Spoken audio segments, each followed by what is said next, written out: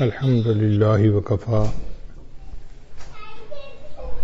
وسلام علی عبادہ الذین اصطفیٰ اما بعد اعوذ باللہ من الشیطان الرجیم بسم اللہ الرحمن الرحیم ولو بسط اللہ الرزق لعبادہ لبغوا فی الارض ولكن ينزل بقدر ما يشاء انه بعباده خبیر بصیر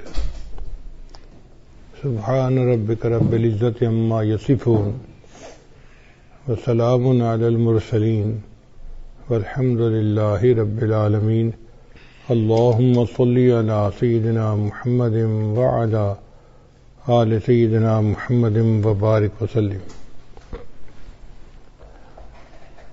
آج 15 شعبان کی رات ہے، یہ شب برات کہلاتی ہے، برکت والی رات ہے۔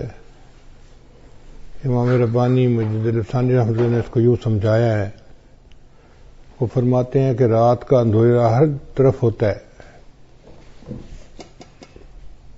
پھر جب سورج نکلنا ہوتا ہے تو وہ ایسے نہیں کہ یکدم سورج نکل آیا، بلکہ پہلے صبح صادق طلوع ہوتی ہے، تو اندھیرا کم ہو گیا اور روشنی زیادہ ہوتی جا رہی، پھر وہ روشنی بڑھتی جاتی ہے حتیٰ کہ اسفار کا وقت ہو جاتا ہے۔ سورج نکلنے سے تھوڑی دیر پہلے ایسے ہی روشنی ہوتی ہے جیسے سورج نکل چکا، پھر کچھ دیر کے بعد سورج طلوع ہوتا ہے اور دھوپ آ جاتی ہے۔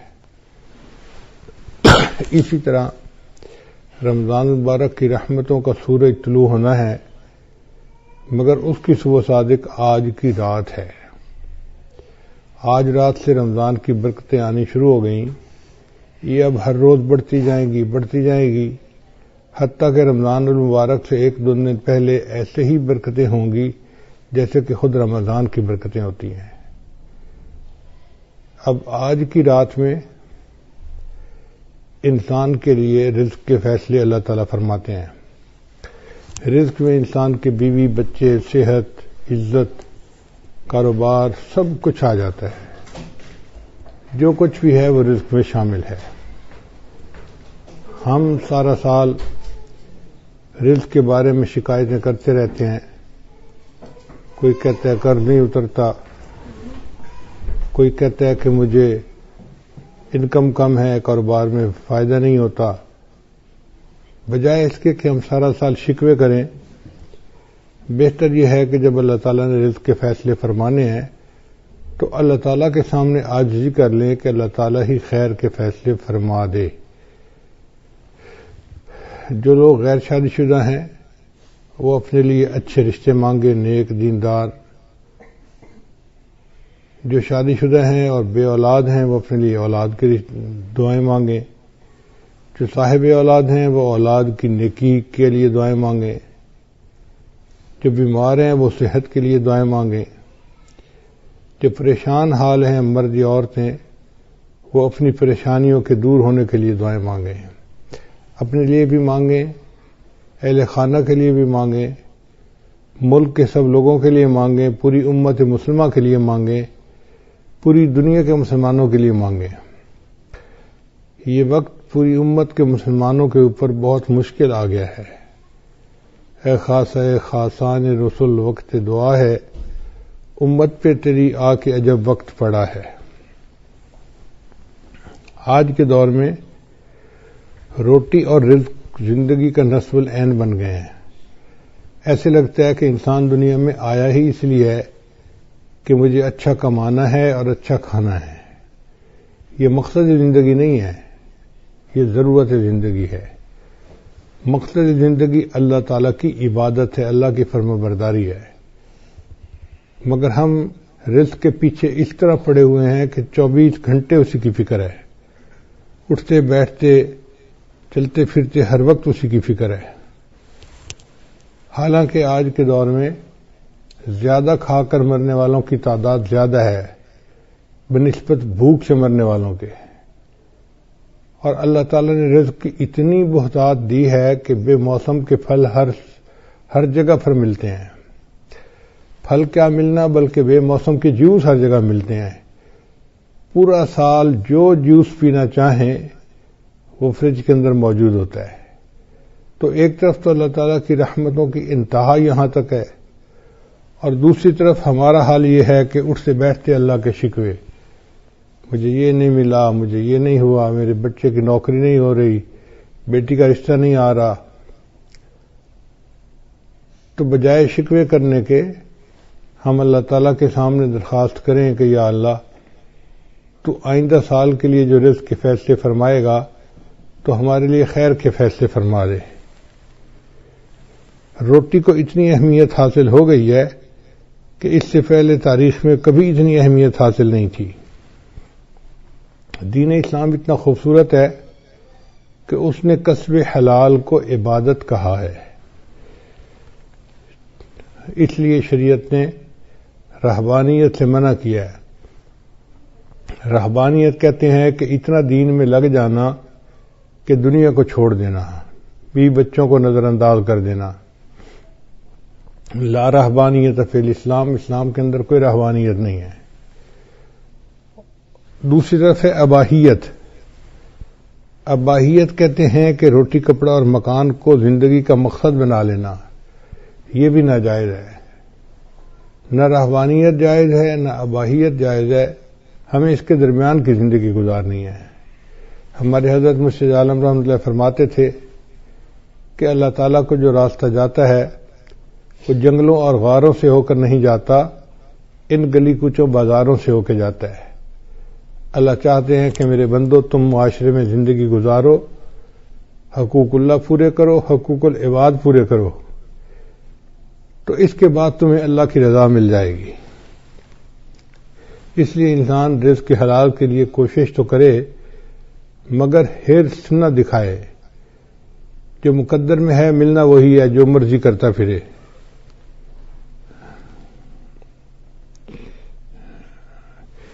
یہ جو ہمارا پیٹ کا مسئلہ ہے نا، یہ صرف موت تک کا مسئلہ نہیں، موت کے بعد کا بھی مسئلہ ہے.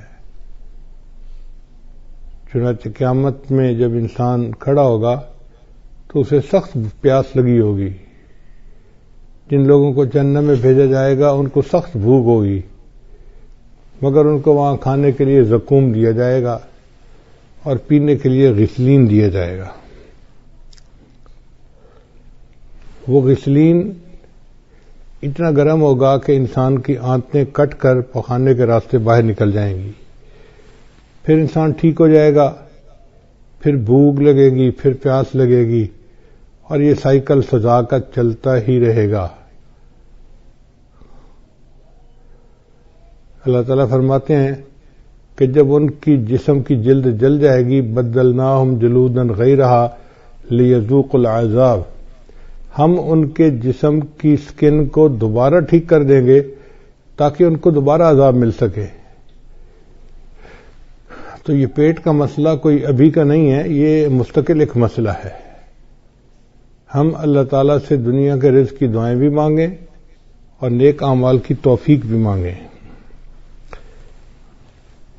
آج کے دور میں جو بندہ مال کما لیتا ہے اسی کو لوگ اچھا سمجھتے ہیں، بھلے جھوٹ بول کے کمائے یا دھوکہ دے کے کمائے. شریعت نے کہا کہ مال تو اس نے کما لیا مگر مال کے ساتھ وبال بھی آئے گا اگر مال حرام ہوا. ہم کتنے لوگوں کو دیکھتے ہیں کہ ان کے پاس پیسہ تو بہت ہوتا ہے، کسی کی بیوی نافرمان، کسی کے بچے نافرمان، کسی کو بیماری لگ گئی، کسی کو دفتر کے مقدموں میں الجھا لیا گیا.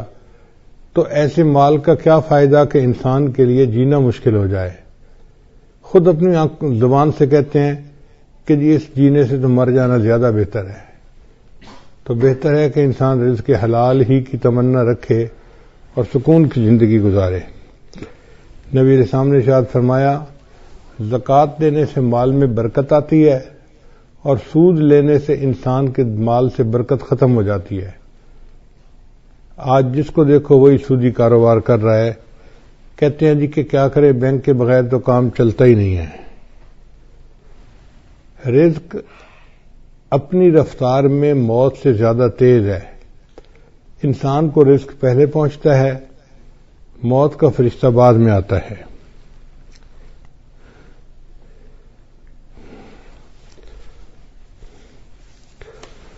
باجید بستامی رحمۃ اللہ علیہ نے ایک جگہ نماز ادا کی تو ایک بندے نے ان سے پوچھا من این تاکل، آپ کہاں سے روٹی کھاتے ہیں؟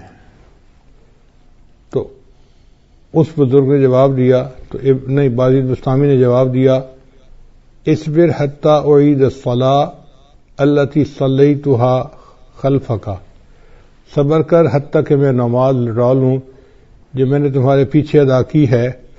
حیث شککت فی رازق المؤمنین، کیونکہ تو نے مخلوق کو رزق دینے والے پروردگار کے اندر شک کیا ہے. بھئی تو کیسا امام مسجد ہے کہ تجھے اتنا ہی نہیں پتا کہ کون کھلاتا ہے ہمیں.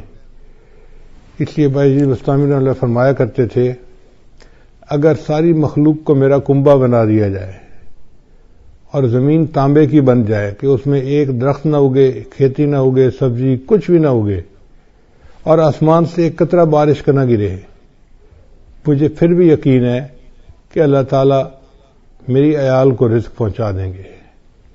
اللہ تعالیٰ وہ ذات ہے جو انسانوں کو، حیوانوں کو، پرندوں کو، چرندوں کو، کیڑے مکوڑوں کو، ہر کسی کو رزق پہنچاتا ہے. حتیٰ کہ بند پتھر کے اندر کچھ کیڑے ہوتے ہیں، ان کیڑوں کو بھی اللہ روزی پہنچاتا ہے. تو نے پتھر میں کیڑے کو پالا، خشک مٹی سے سبزہ نکالا. تو نے پتھر میں کیڑے کو پالا، خشک مٹی سے سبزہ نکالا. یہ تیرا ہے جہاں، یہ زمین آسماں اے خدایا، کس نے تیری حقیقت کو پایا. ہمارے اکابرین نے لکھا ہے کہ رزق کے کھلنے کے 16 دروازے ہیں، 16 کنجیاں ہیں جن سے رزق کے دروازے کھلتے ہیں. پہلی کنجی ہے نماز، کہ انسان اہتمام کے ساتھ، خشوع خضوع کے ساتھ نماز ادا کرے. اللہ تعالیٰ فرماتے ہیں وَأْمُرْ أَهْلَكَ بِالصَّلَاةِ وَاصْطَبِرْ عَلَيْهَا لَا نَسْأَلُكَ رِزْقًا نَحْنُ نَرْزُقُكَ، کہ تم نماز ادا کرو، ہم تو اس سے روزی کمانا نہیں چاہتے، روزی تو ہم تمہیں دیں گے، ہماری روزی ہے اللہ کے پاس. وَفِي السَّمَاءِ رِزْقُكُمْ، اے میرے بندو تمہارا رزق تو آسمانوں میں ہے، اور اللہ جتنا چاہتے ہیں اتنا اپنے بندوں کو عطا فرما دیتے ہیں. تو سب سے پہلا عمل ہو گیا کہ انسان نماز کو اہتمام کے ساتھ ادا کرے. آج ہم نماز تو پڑھتے ہیں مگر جیسے مرغا ٹکریں لگا رہا ہوتا ہے، ہم بھی اسی طرح اٹھک بیٹھک کر رہے ہوتے ہیں، دل دماغ کہیں اور پہنچا ہوا ہوتا ہے، جس کی وجہ سے نماز کی برکتیں سامنے نہیں آتی. دوسرا رزق کا دروازہ ہے استغفار کی کثرت کرنا. چنانچہ اللہ تعالی ارشاد فرماتے ہیں استغفروا ربکم انہ کان غفارا، اپنے رب کے سامنے استغفار کرو، اللہ گناہوں کو معاف کرنے والا ہے. اور حدیث پاک میں آتا ہے من استر من الاستغفار، جو بندہ استغفار کی کثرت کرتا ہے جعل اللہ لہ من کل ہم فرجا، اللہ تعالیٰ اس کے لیے ہر مشکل میں آسانی کر دیتا ہے. ومن ضیق فرجا، اور ہر مشکل کو آسان کر دیتا ہے. ورزقہ من حیث لا یحتسب، اور اسے ایسی طرف سے رزق دیتا ہے کہ جس کا اس کو گمان بھی نہیں ہوتا. تو گویا استغفار کے زیادہ کرنے سے اللہ تعالیٰ بندے کو رزق ایسی طرف سے دیتے ہیں جس کا اس کو گمان ہی نہیں ہوتا، اور اس کے رزق کی پریشانی کو دور کر دیتے ہیں. پھر تیسرا رزق کا دروازہ ہے اللہ کے راستے میں خرچ کرنا. اس کو کہتے ہیں انفاق فی سبیل اللہ. اس لیے کہ جو بندہ اللہ کے راستے میں خرچ کرتا ہے اللہ تعالیٰ اس کو واپس لوٹاتے ہیں. اللہ تعالیٰ فرماتے ہیں وما انفقتم من شیء فهو یخلفہ، تم اللہ کے راستے میں جو خرچ کرو گے وہ اللہ تمہیں اس کا بدلہ دے گا. ہم 1 روپیہ خرچ کرتے ہیں، اللہ ہمیں اس کے بدلے 10 عطا فرماتے ہیں، 20 عطا فرماتے ہیں، 70 عطا فرماتے ہیں، حتیٰ کہ کئی مرتبہ 1 کے بدلے 700 عطا فرماتے ہیں.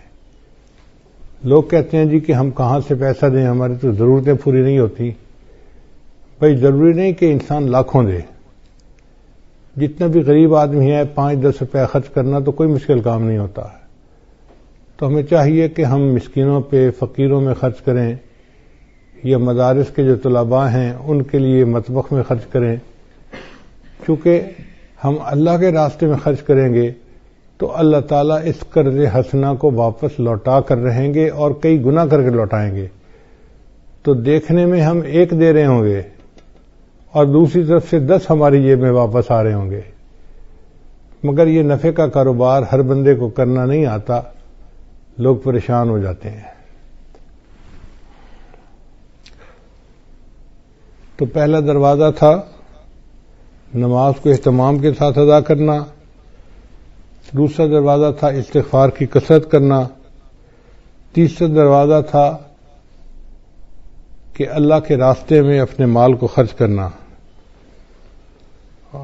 اور چوتھا دروازہ ہے دین کے لیے ہجرت کرنا. جیسے بعض لوگ سعودی عرب چلے جاتے ہیں یا ایک شہر سے دوسرے شہر چلے جاتے ہیں تو ان کے کام کاروبار میں برکت آ جاتی ہے. لیکن جن لوگوں کو اللہ نے وطن کی روزی دی ہوئی ہے وہ خوش نصیب ہیں، وہ اللہ کی اس نعمت کا شکر ادا کریں. ہر بندے کو یہ نعمت نصیب نہیں ہوتی.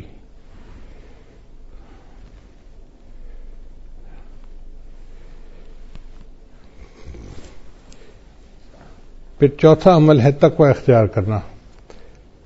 اللہ تعالیٰ فرماتے ہیں وَلَوْ أَنَّ أَهْلَ الْقُرَىٰ آمَنُوا وَاتَّقَوْا لَفَتَحْنَا عَلَيْهِمْ بَرَكَاتٍ مِّنَ السَّمَاءِ. اگر یہ بستی دیسوں والے ایمان لاتے، تقوی کو اختیار کرتے تو ہم ان کے لیے آسمان سے برکتوں کے دروازے کھول دیتے. تو گناہوں سے بچنے پر اللہ تعالیٰ رزق کے دروازوں کو کھول دیتے ہیں، اور آج گناہوں کی وجہ سے رزق کے دروازے بند ہیں اور ہم پریشانیوں کا شکار ہیں.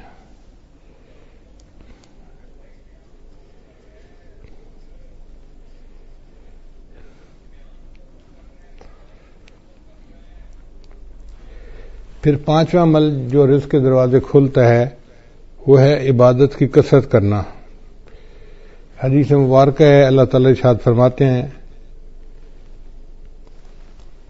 یہ حدیث قدسی ہے، ابن آدم، اے آدم کے بیٹے، تفرغ لعبادتی، میری عبادت کے لیے تو فارغ ہو جا. املا صدرک انی واسد فقرک، املا صدرک غنن، میں تیرے سینے کو غنا سے بھر دوں گا اور تیرے فقر کو ختم کر دوں گا.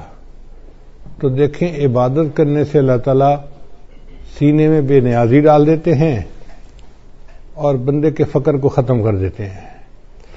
اس لیے اللہ کا ذکر کثرت سے کرنا، قرآن پاک کی تلاوت کرنا، نیکی کرنا، یہ انسان کے رزق میں برکت کا دروازہ ہے.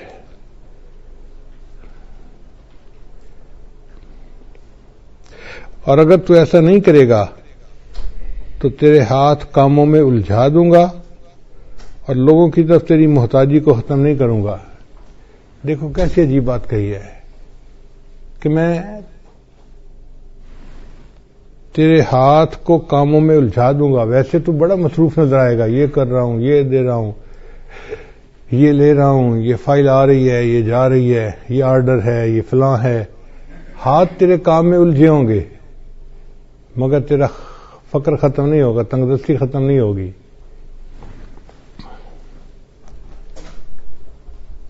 اور چھٹا عمل جس سے رزق کے دروازے کھلتے ہیں وہ ہے حج اور عمرے کی کثرت کرنا.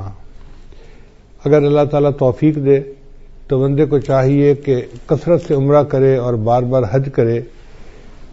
دیکھنے میں تو حج اور عمرے پہ انسان پیسہ خرچ کر رہا ہوتا ہے، لیکن حقیقت میں وہی پیسہ اس کے لیے باعث برکت بن کے اس کو واپس اللہ لوٹا رہے ہوتے ہیں۔ چنانچہ نبی علیہ السلام کے پاس جب کوئی بندہ رزق کی شکایت کرتا تھا تو نبی علیہ السلام اسے مشورہ دیتے تھے کہ تم عمرہ کرو۔ عمرہ کر کے جو دعائیں مانگتا تھا تو اللہ تعالیٰ رزق کی پریشانی کو دور فرما دیتے تھے۔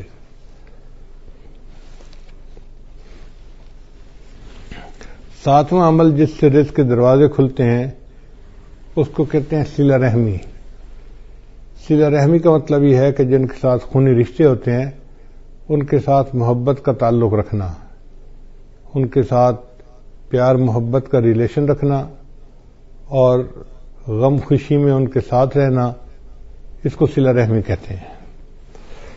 چنانچہ جو بندہ صلہ رحمی کرتا ہے اللہ تعالیٰ اس کو دو نعمتیں عطا فرماتے ہیں۔ حدیث پاک میں ہے من احب ان یزاد فی عمرہ، جو بندہ اس بات کو پسند کرتا ہے کہ اس کی عمر کے اندر زیادتی ہو یعنی لمبی عمر ہو، فیزاد فی رزقہ، اور اس کے رزق میں زیادتی ہو برکت ہو، فلیصل رحمہ، اس کو چاہیے کہ صلہ رحمی کو زیادہ کرے۔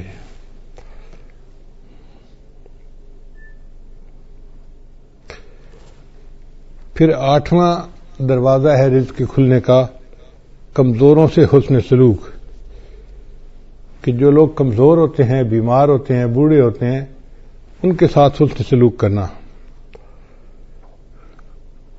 حدیث مبارکہ میں آتا ہے کہ تمہیں اپنے کمزور اور ضعیف لوگوں کی وجہ سے نصرت ملتی ہے۔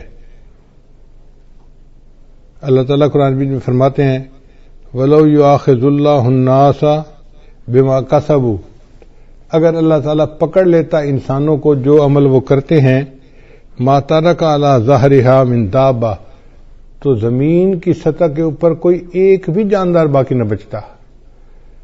اگر اللہ پکڑنے پہ آتا نا جو تم اعمال کرتے ہو تو کوئی انسان نہ بچتا، کوئی جانور نہ بچتا، زمین کے اوپر کچھ بچتا ہی نہ۔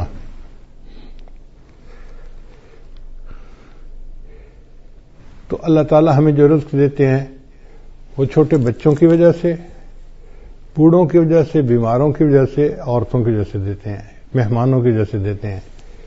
لہذا ان کو بوجھ نہیں سمجھنا چاہیے، بلکہ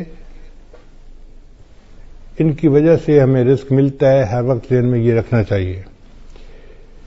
رزق کا نواں دروازہ جس سے کہ انسان کا رزق کھلتا ہے اس کو توکل کہتے ہیں۔ توکل کا مطلب یہ ہے کہ انسان اللہ پر امید رکھے، اپنی طرف سے کوشش کرے اور نتیجہ اللہ پہ چھوڑ دے۔ وَمَن يَتَوَكَّلْ عَلَى اللَّهِ فَهُوَ حَسْبُهُ، جو اللہ پر توکل کرتا ہے اللہ اس کے لیے کافی ہو جاتا ہے۔ حدیث مبارکہ میں آئے لو انکم توکلون علی اللہ حق توکلہ، اگر تم توکل کرتے جیسے کہ اللہ پہ توکل کرنی چاہیے، لرزقکم کما یرزق الطیور، تو اللہ تعالیٰ تمہیں اس طرح رزق پہنچاتے جس طرح اللہ تعالیٰ پرندوں کو رزق پہنچاتے ہیں۔ وہ صبح اپنے گھونسلے سے خالی پیٹ نکلتے ہیں اور شام کو اپنے گھونسلے میں پیٹ بھرے واپس آتے ہیں۔ انسان کا معاملہ الٹ ہے، بیچارہ گھر سے پیٹ بھر کے نکلتا ہے اور شام کو خالی پیٹ گھر واپس آتا ہے۔ اور پرندوں کا معاملہ دیکھو کہ وہ خالی پیٹ گھر سے نکلتے ہیں اور اللہ ان کو پیٹ بھر کے رات کو واپس گھر پہنچاتے ہیں، جبکہ پرندے اپنے لیے کوئی چیز جمع بھی نہیں کر سکتے۔ کوئی پرندہ آپ نے ایسا نہیں دیکھا ہوگا جو سال کی روزی جمع کر لے، انسان جمع بھی کر لیتا ہے، پھر اس کا یہ حال ہے۔ اور پھر جانوروں کا رزق بھی بہت ہوتا ہے۔ آپ اگر غور کریں تو ایک ہاتھی دن میں کتنا چارہ کھاتا ہوگا؟ ہمارے حساب سے منوں کے حساب سے، ٹنوں کے حساب سے کھاتا ہوگا، اس کا وزن ہی اتنا ہے۔ اور ہم نے جہاں بھی جنگل میں ہاتھی دیکھا اس کو ہر وقت چرتے ہوئے دیکھا۔ تو جو ٹنوں کے حساب سے کھانا کھاتے ہیں ان کے پیٹ اللہ بھر دیتے ہیں، اور انسان بیچارہ کتنا کھا لیتا ہے؟ بڑے سے بڑا پہلوان ہو تو 2 روٹی، اس سے پیٹ بھر جاتا ہے بندے کا۔ تیسری روٹی دیں بھی صحیح نا تو کہتے ہیں نا جی پیٹ بھر گیا۔ تو ہمارا پیٹ بھی چھوٹا ہے اور ہم گھر سے پیٹ بھرے نکلتے ہیں اور رات کو خالی پیٹ واپس آتے ہیں. بہتر ہے کہ ہم اللہ تعالیٰ کے اوپر توکل کریں تو پھر دیکھیں کہ اس کی برکتیں کتنی ہوں گی.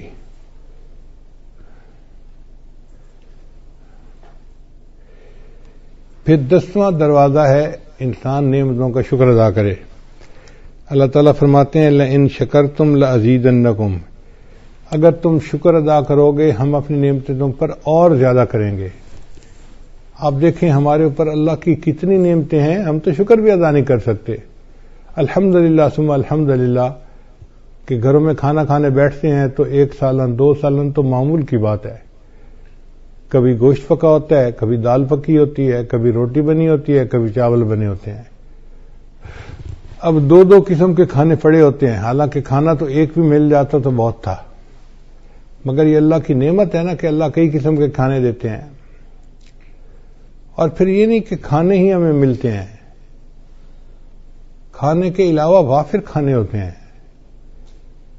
چنانچہ میں نے دیکھا ہے کہ ہمارے پاس کئی دفعہ 8-10 مہمان آ جاتے ہیں نا، تو مجھے صرف اندر پیغام بھیجنا پڑتا ہے جی کہ مہمان ہیں، کوئی کھانے کے لیے تردد نہیں کرنا پڑتا. اللہ کے فضل سے اتنا کھانا ہوتا ہے گھر والوں کا بچا ہوا کہ 8-10 آدمیوں کا کھانا تو اسی میں ہی نکل آتا ہے. یہ اللہ کا کتنا بڑا کرم ہے، کتنا بڑا فضل ہے. ہم اللہ کی اس نعمت کا شکریہ ادا نہیں کر سکتے.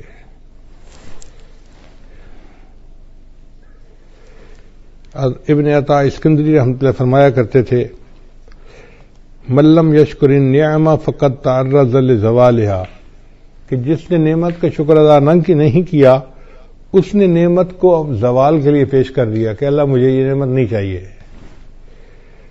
ومن شکرہا، اور جس نے نعمت کا شکر ادا کیا فقد قید بعقالها، اس نے نعمت کو نکیل کے ذریعے سے پکڑ لیا، باندھ لیا اپنے پاس. یعنی جو نعمت ملتی ہے اور بندہ اس کے اوپر شکر ادا کرتا ہے پھر وہ نعمت اللہ اس سے واپس نہیں لیتے بلکہ اس نعمت میں اور برکت عطا فرما دیتے ہیں. پھر 11واں دروازہ کہ جب بھی مرد اپنے گھر میں داخل ہو مسکراتے چہرے کے ساتھ داخل ہو اور اہل خانہ کو سلام کرے.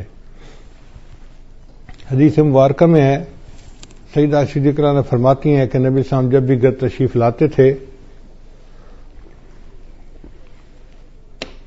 تو مسکراتے چہرے کے ساتھ آتے تھے اور اہل خانہ کو سلام کیا کرتے تھے.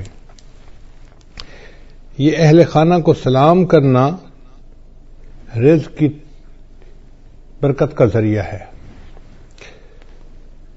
چنانچہ حدیث پاک میں ہے ثلاثۃ کلہم ضامن اللہ، 3 بندے ہیں جن کا اللہ کے اوپر ضمانت ہے، یعنی اللہ ان کو رزق پہنچاتا ہے. ان عاش رزقہ، اگر وہ زندہ رہے گا تو اللہ روزی عطا فرمائے گا. وکفا، اور روزی ان کے لیے کافی ہوگی. وَإِن مَاتَ، اور اگر وہ مر جائے گا داخل الجنہ، تو جنت میں اللہ ان کو داخل کر دے گا. یہ کون 3 بندے ہیں؟ ان میں سے ایک بندہ ہے رجل، وہ بندہ داخلہ بیتہ، جو اپنے گھر کے اندر داخل ہو بسلام، اور گھر والوں کو سلام کرے. وَهُوَ ضامن اللہ، وہ اللہ کے ضمانت میں آ جاتا ہے. اب یہ کتنا آسان کام ہے، مگر بہت سارے لوگ ہیں جو گھروں میں داخل ہوتے ہیں تو ان کو سلام کرنا یاد ہی نہیں ہوتا، بس باتوں میں لگ جاتے ہیں. مسکرائیں گے، بیوی سے پوچھیں گے تیرا کیا حال ہے، بچوں سے پوچھیں گے تم کیسے ہو، مگر سلام کرنا ان کو یاد نہیں ہوتا. پھر 12واں عمل والدین کی فرمانبرداری. چنانچہ ہمارے بزرگوں نے لکھا ہے کہ 5 چیزوں سے رزق میں برکت ہوتی ہے.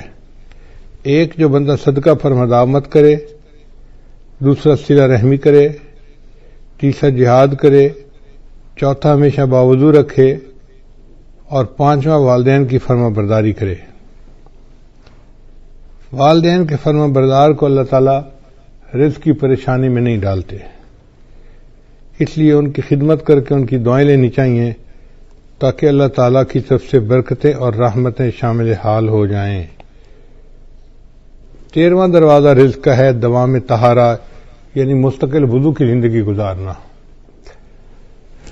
اگر انسان عادت بنا لے تو وہ باوضو ہر وقت رہ سکتا ہے.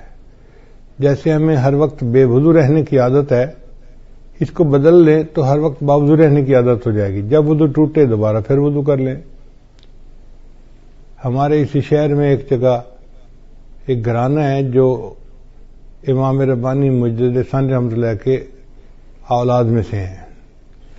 تو بہت سال پہلے کی بات ہے، کوئی 30 سال پہلے کی بات ہے، مجھے خیال آیا کہ جا کے ان سے صرف اللہ کے لیے ملاقات کروں.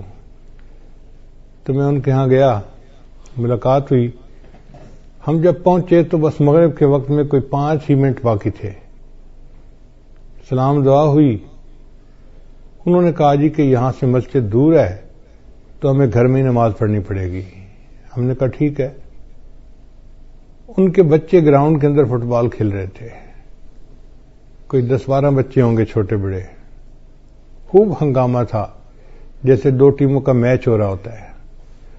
لو جی ہم کھڑے ہو گئے مصلی پہ جماعت کے لیے.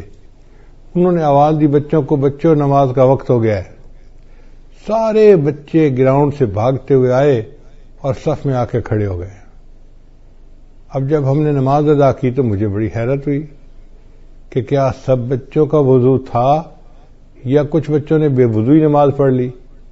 تو میں نے ان سے سوال پوچھا کہ جی بچے کسی کو وضو تو نہیں کرتے میں نے دیکھا. تو وہ مسکرائے اور کہنے لگے کہ جی ہمارے خاندان میں بچوں کو یہ تربیت دی جاتی ہے کہ تم نے پوری زندگی باوضو گزارنی ہے. ہمارے گھر کے چھوٹے بڑے جس بندے کو آپ دیکھیں گے، جب بھی دیکھیں گے ہمیشہ باوضو دیکھیں گے.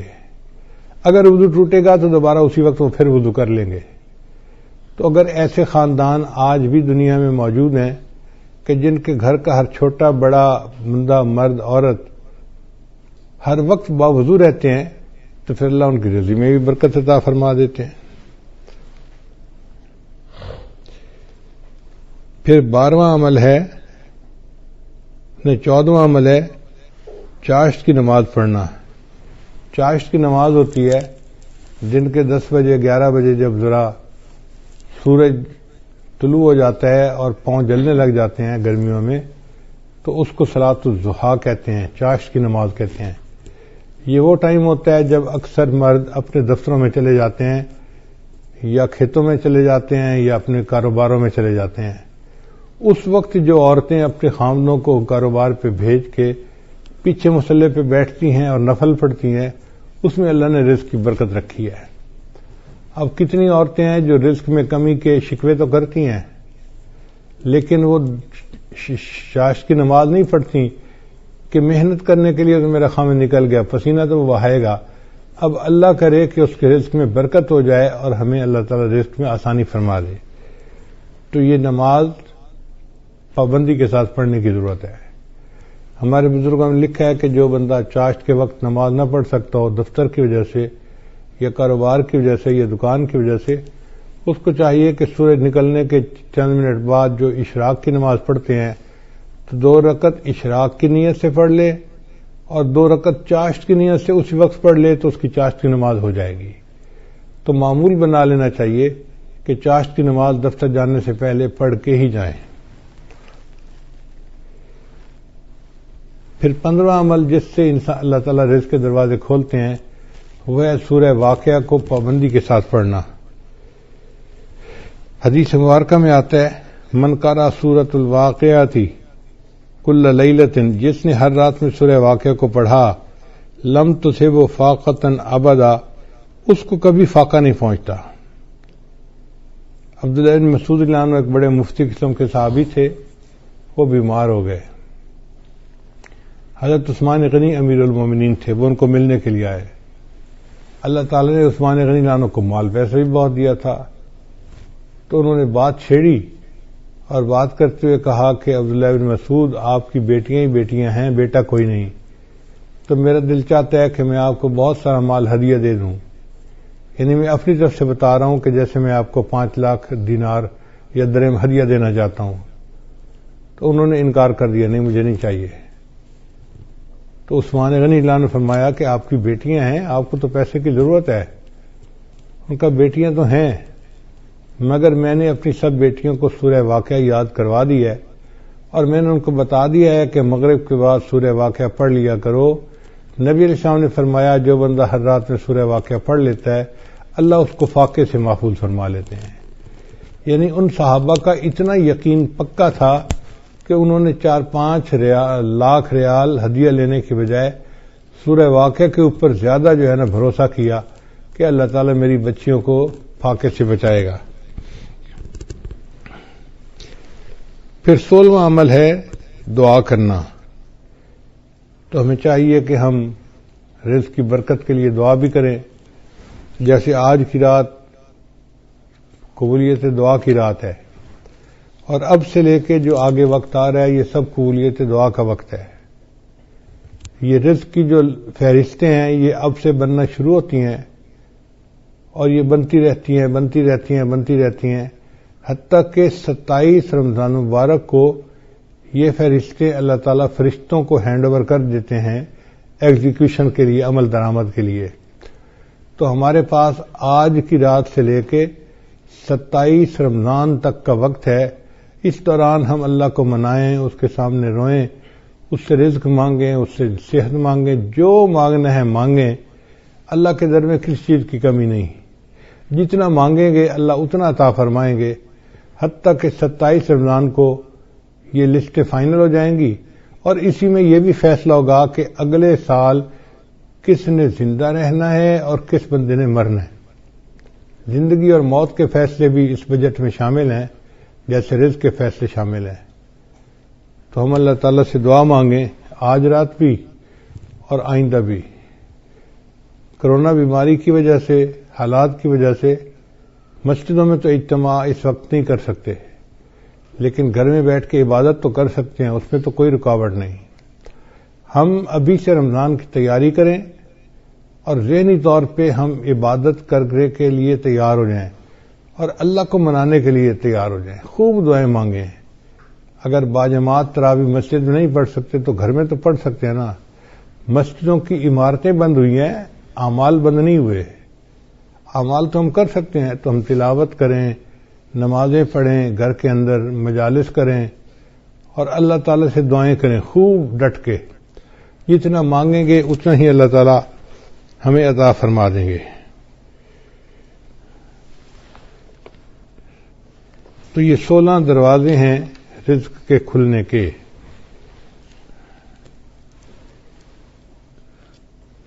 ہمارے بزرگوں نے فرمایا کہ کچھ اسباب ہیں تنگ دستی کے، یعنی کچھ ایسے اسباب ہیں کہ جن کی وجہ سے اللہ تعالی رزق کو ذرا کم کر دیتے ہیں، بند کر دیتے ہیں. تو وہ جاننا بھی ضروری ہے.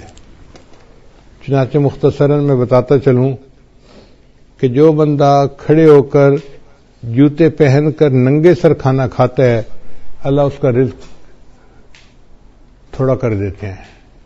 اور اگر آپ دیکھیں تو آج کل کی دعوتوں میں یہی سلسلہ ہے.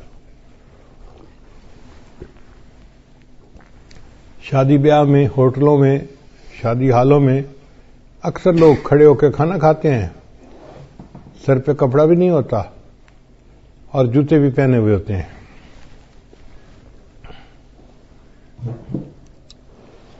پھر رزق میں تنگی تو ہونی ہوتی ہے. پھر دوسرا مہمان کو بوجھ سمجھنا. جو لوگ مہمان کے آنے کو بوجھ سمجھیں اور اس فکر میں لگ جائیں کہ جی آ گیا ہے تو کہاں سے اس کو کھلائیں گے اور کتنا اس کو کھلائیں گے اور کتنے دن رہے گا. مہمان بعد میں آتا ہے، اللہ مہمان کا رزق پہلے بھیجتے ہیں. تو الحمدللہ ثم الحمدللہ اللہ تعالیٰ خیر فرما دیتے ہیں. بلکہ میں تو یہ سمجھتا ہوں کہ ہمیں اللہ مہمانوں کی برکت سے روزی دیتے ہیں. ایک دن میں کھانا کھا رہا تھا تو میری بہو کہنے لگی کہ ابو جی ایک بندہ ہے انڈیا کا، بڑا مالدار ہے، اس نے پورا سال ہر روز بندے کو ہر روز 1000 بندوں کو کھانا کھلایا. اب وہ بڑی حیران تھی کہ 1000 بندوں کو کھانا ہر روز وہ کھلاتا تھا. جب اس نے بات کر لی تو میں نے کہا کہ بیٹا وہ تو امیر آدمی ہے، وہ تو 1000 بندوں کو دن میں ایک دفعہ کھانا پورا سال کھلاتا ہے. ہم فقیر لوگ ہیں اور ہم الحمدللہ 1000 طلباء کو دن میں 3 مرتبہ کھانا کھلاتے ہیں. صبح ناشتہ بھی ہوتا ہے، دوپہر کا کھانا بھی ہوتا ہے، رات کا کھانا بھی ہوتا ہے، اور پورا سال اللہ روزی پہنچا دیتے ہیں.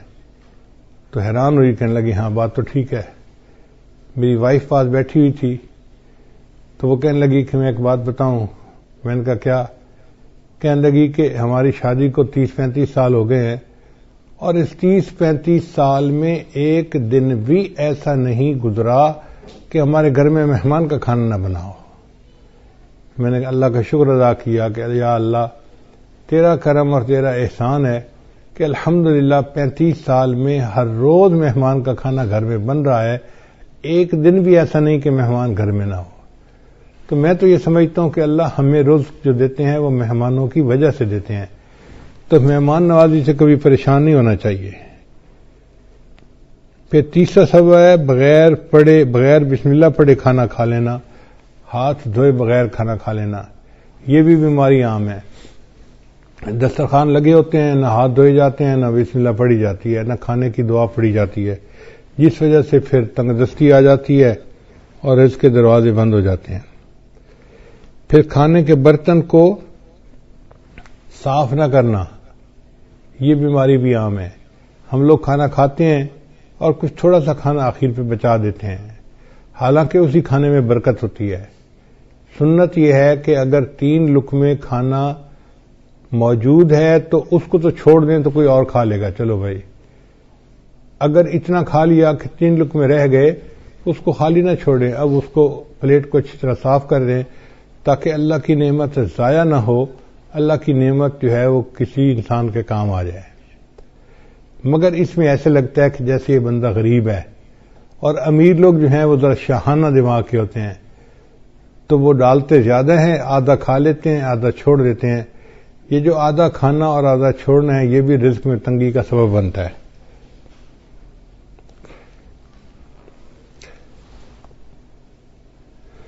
اور ایک اور بات کہ بیت الخلاء میں باتیں کرنا،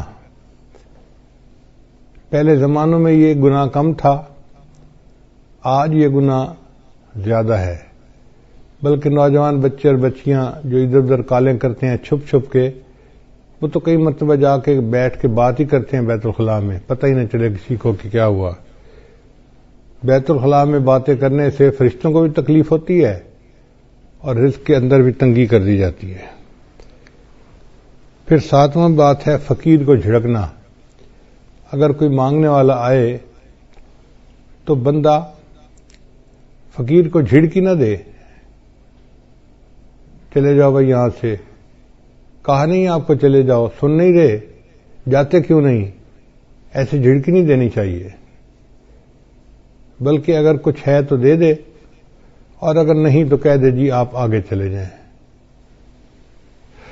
ہم ایک مرتبہ حرم شریف میں بیٹھے ہوئے تھے تو ایک UK کا بندہ حضرت کے پاس آیا مطاف کے اندر، کہنے لگا حضرت میں حج کے لیے آیا ہوں، لیکن یہاں مطاف میں تو مانگنے والے بہت ہیں، ہر تھوڑی دیر کے بعد کوئی فقیر آ جاتا ہے مانگنے والا، اب سمجھ نہیں آتی کہ ہم کس کو دیں اور کس کو نہ دیں. اگر ہم ہر کسی کو دے دیں تو ان کی تو عادت بگڑ جائے گی، تو دل چاہتا ہے کہ ان کو نہ دیں، اور اگر ہم نہ دیں تو پھر کون دے گا، تو دل چاہتا ہے دے بھی صحیح. تو اب فیصلہ کرنا مشکل ہوتا ہے. تو اب بتائیں کہ ہم کس کو دیں، ہمیں کیسے پتہ چلے کہ کون مستحق ہے اور کون مستحق نہیں ہے. حضرت نے اس کی ساری بات کو سنا اور پھر فرمایا کہ اچھا یہ بتاؤ کہ اللہ نے جو تمہیں دیا ہے تم اس کے مستحق ہو؟ اس نے کہا نہیں. تو حضرت نے فرمایا جب تم اس کے مستحق نہیں اور اللہ نے پھر بھی تمہیں دے دیا ہے، تم بھی اللہ کے خلق کو اپناؤ، دے دو. مستحق ہے یا نہیں یہ تمہارا مسئلہ نہیں، یہ اللہ کا مسئلہ ہے. تو بندہ چپ تو ہو گیا، مگر اس کے دل میں سوال تو بہرحال تھا. تو حضرت نے بھانپ لیا کہ اس کے دل میں سوال ابھی باقی ہے. تو پھر حضرت نے اس کو بات پیار سے سمجھائی. حضرت نے فرمایا کہ دیکھو وہ بندہ تمہارے پاس مانگنے آیا ہے، مان لیا کہ وہ صاحب حیثیت ہے اور عادتاً مانگ رہا ہے، تم اسے اس لیے دے دو کہ اللہ کا شکر ادا کرو کہ اللہ تو نے مجھے دینے والوں میں سے بنایا، لینے والوں میں سے نہیں بنایا۔ یہ بھی تو ہو سکتا تھا اللہ تجھے اس کے حال میں ڈال دیتا اور تو لوگوں سے مانگتا پھرتا۔ تو اللہ تعالیٰ کی اس نعمت کا شکر ادا کرتے ہوئے دے دیا کرو کہ اللہ تو نے مجھے لینے والا نہیں، تو نے مجھے دینے والا بنایا ہے، میں تیرے نام پہ دے رہا ہوں۔ اس پہ اس کے دل کے اندر تسلی ہو گئی اور اس نے حضرت کے ماتھے کا بوسہ لیا اور خوش ہو کے واپس چلا گیا۔ تو اس لیے اگر کوئی فقیر آئے تو اس کو جتنا دے سکتے ہیں دیں، اور اگر نہیں دے سکتے تو پیار سے کہیں جی آپ آگے چلے جائیں، اس کو جھڑکی نہ دیں، اس کو ڈانٹ ڈپٹ نہ کریں۔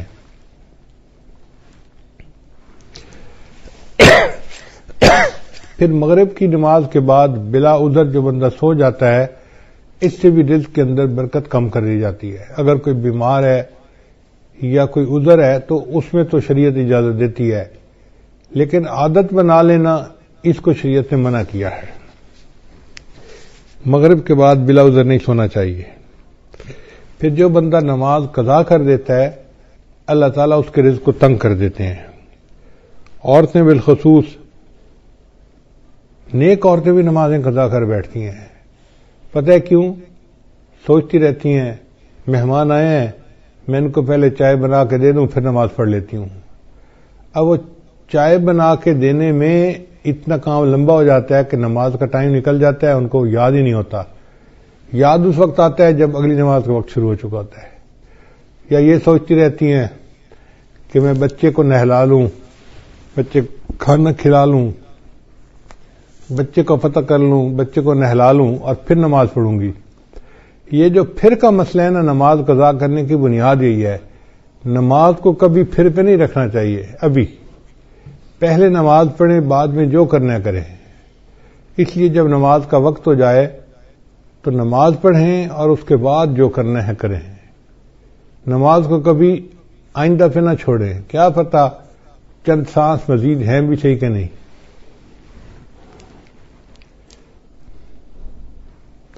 ہمیں ایک مرتبہ اس کا بہت عجیب تجربہ ہوا۔ ہم پشاور ایک اجتماع سے واپس آ رہے تھے تو لاکھوں لوگ تھے اس اجتماع میں۔ راستے میں ایک چھوٹی سی مسجد میں ہم رکے۔ ہم نے سوچا کہ ہم یہاں پر عصر کی نماز ادا کر لیتے ہیں۔ تو جب میں مصلی کے اوپر کھڑا ہوا امامت کے لیے تو ایک اور گاڑی آ کے رکی جس میں 4 بندے تھے۔ ان 4 میں سے 2 بندے مسجد کے اندر داخل ہوئے اور دوسرے 2 ان کے پیچھے تھے۔ تو پیچھے والوں نے ان کو کہا یار یہاں تو پہلے ہی نمازی کافی ہیں، چلو ہم عصر کی نماز آگے پڑھ لیں گے۔ تو جو اندر آئے ہوئے لوگ تھے نا وہ بھی باہر نکل گئے اور گاڑی میں بیٹھ گئے اور گاڑی چلی گئی۔ خیر ہم نے نماز ادا کی، پھر اس کے بعد ہم آگے چلے، اسلام آباد کی طرف آ رہے تھے۔ کوئی 10 میل کے بعد ہم نے دیکھا کہ اس پہلے والی گاڑی کا ایکسیڈنٹ ہوا ہے، اور ایکسیڈنٹ اتنا فیٹل تھا کہ چاروں کے چاروں بندے مر گئے تھے۔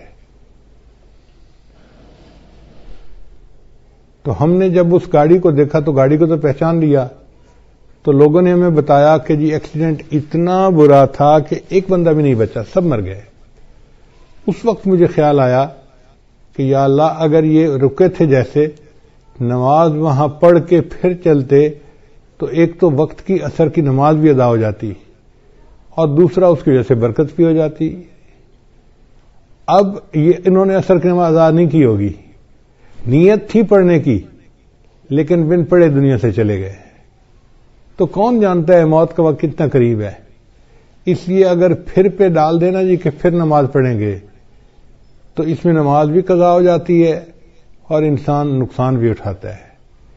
ابھی نماز پہلے پڑھیں جب ٹائم ہو جائے، اور عورتوں کے لیے تو اول وقت میں نماز پڑھنا بھی زیادہ فضیلت ہے۔ بس اذان کے انتظار میں رہیں۔ گھر کے اندر ایک بورڈ ہونا چاہیے جس پر نماز کے ٹائمنگ لگے ہوئے ہوں۔ بچے بڑے اس بورڈ کو دیکھیں اور جیسے ہی نماز کا ٹائم ہو جائے بس وضو کیا، پہلے نماز پڑھی، بعد میں جو کرنا ہے بعد میں کرتے رہیں گے۔ پھر 11ویں چیز جس سے رزق میں کمی آتی ہے وہ ہے جھوٹ بولنا۔ جو بندہ جتنا زیادہ جھوٹ بولتا ہے اللہ اس کے رزق کو اتنا تنگ کر دیتے ہیں.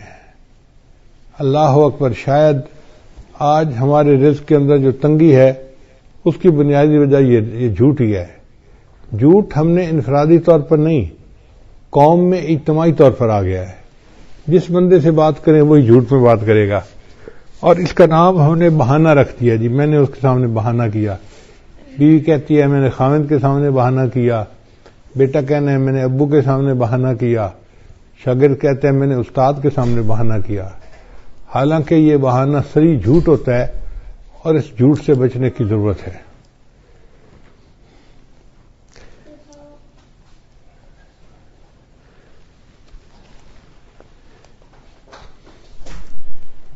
بارہواں عمل ہے موسیقی کا سننا. آج کل گھروں کے اندر گانے چل رہے ہوتے ہیں، فلمیں چل رہی ہوتی ہیں، عورتیں موسیقی کی آواز پہ کام کر رہی ہوتی ہیں کچن میں، گھر میں، اور کہتی ہیں الٹا کہ جی موسیقی تو روح کی غذا ہے، اور اس بات کو بھول جاتی ہیں کہ جس گھر میں موسیقی چلتی ہے اللہ ان کی رزق میں تنگی کر دیتے ہیں. پھر 13واں عمل اولاد کو برا بھلا کہنا.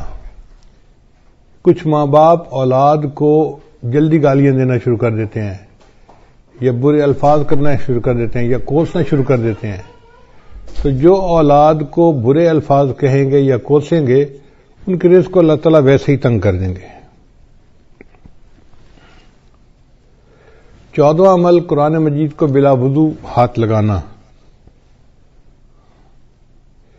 قرآن مجید اللہ کا کلام ہے، لا یمسہ الا المطہرون، اس کو ہاتھ نہیں لگا سکتا مگر وہ جو پاک ہو.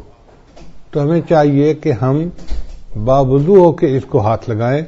اگر بے وضو ہاتھ لگائیں گے تو رزق کے اندر کمی آ جائے گی. پھر 15واں عمل جس سے رزق میں کمی آتی ہے، نامحرم کو دیکھنا. یہ بدنظری کی عادت آج اتنی عام ہو گئی ہے، چاہے آتے جاتے بازار میں دیکھے، گلی میں دیکھے، سکرین کے اوپر دیکھے، سیل فون کے اوپر دیکھے، عورت کو دیکھے یا عورت کی تصویر کو دیکھے، بات ایک ہی ہے. تو نامحرم کو دیکھنے سے اللہ تعالیٰ رزق میں تنگی فرما دیتے ہیں. اور 16واں عمل جس سے کہ انسان کے رزق میں تنگی آ جاتی ہے، اہل و عیال کے ساتھ لڑتے رہنا. میاں بیوی جو ہر وقت ایک دوسرے کے ساتھ بات بات پہ بحث کرتے ہیں، دلیلیں دیتے ہیں، لڑتے جھگڑتے ہیں، تو یہ میاں بیوی کی لڑائی جھگڑے میں اللہ ان کے رزق کو تنگ کر دیتے ہیں. اب ایک طرف سے لڑائیاں بھی ختم نہیں ہوتی اور دوسری طرف رزق کی کمی کے شکوے بھی ختم نہیں ہوتے. بھئی اتفاق میں برکت ہے، آپ محبت پیار سے زندگی گزاریں تو اللہ تعالیٰ رزق کی پریشانی کو دور کر دیں گے. چنانچہ آج کی رات میں خاص طور پر ہم اپنے لیے اور اپنی مسلمان امت کے لیے خوب دعائیں مانگیں. ایک وبا پھیلی ہے جس کا نام ہے کرونا. تو مجھے ایک ساتھی نے آج کچھ اشعار لکھ کے لا دیے کہ جی آپ بیان میں یہ بھی سنا دینا. مجھے بھی اچھے لگے. اشعار ہیں، نمازیں پڑھو تم تلاوت کرو نا. یعنی کرونا جو ہے نا وہ اصل میں ہے کہ آ کے کہہ رہا ہے کہ میاں تم یہ کام کرو، نمازیں پڑھو تم تلاوت کرو نا، گناہوں کو چھوڑو عبادت کرو نا. کرونا تمہارا نہ کچھ کر سکے گا، کرونا کے خالق کی طاعت کرو نا. پریشان کیوں ہو خدا ہے تمہارا، دواؤں سے اپنی حفاظت کرو نا. اٹھو چھوڑ دو کفر کی پیروی، اب غلامی سے نکلو عبادت کرو نا. نبی کی محبت میں داڑھی بڑھا کر نبی جیسی اپنی شباہت کرو نا. اگر چاہتے ہو دلوں میں حلاوت، نگاہوں کی بھی تم حفاظت کرو نا. کرونا کا یہ بھی ہے پیغام طائر، خدا فدا رب کی چاہت پہ چاہت کرو نا. کہ تم اللہ کی چاہت پہ اپنی چاہت کو فدا کر دو، یہ کرونا کا پیغام ہے. تو بہرحال ہمیں چاہیے کہ ہم اس وبا سے بھی دعا مانگیں اور باطنی روحانی بیماریوں سے بھی دعا مانگیں. اللہ تعالی ہمارے ایمان کی حفاظت فرمائے اور ہمیں اس دنیا میں اللہ تعالی ایمان کے ساتھ جینے اور ایمان کے ساتھ مرنے کی توفیق عطا فرمائے. وآخر دعوانا ان الحمد للہ رب العالمین.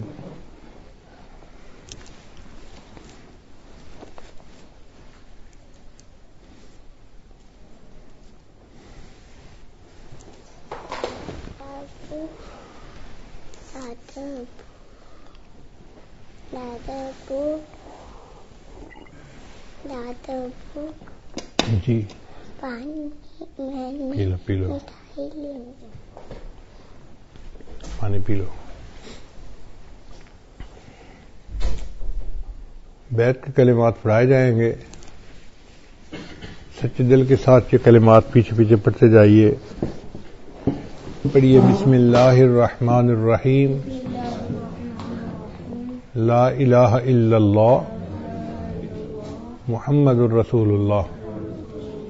آمنت باللہ وملائکتہ وکتبہ ورسلہ والیوم الآخر والقدر خیرہ وشرہ من اللہ تعالی والبعث بعد الموت.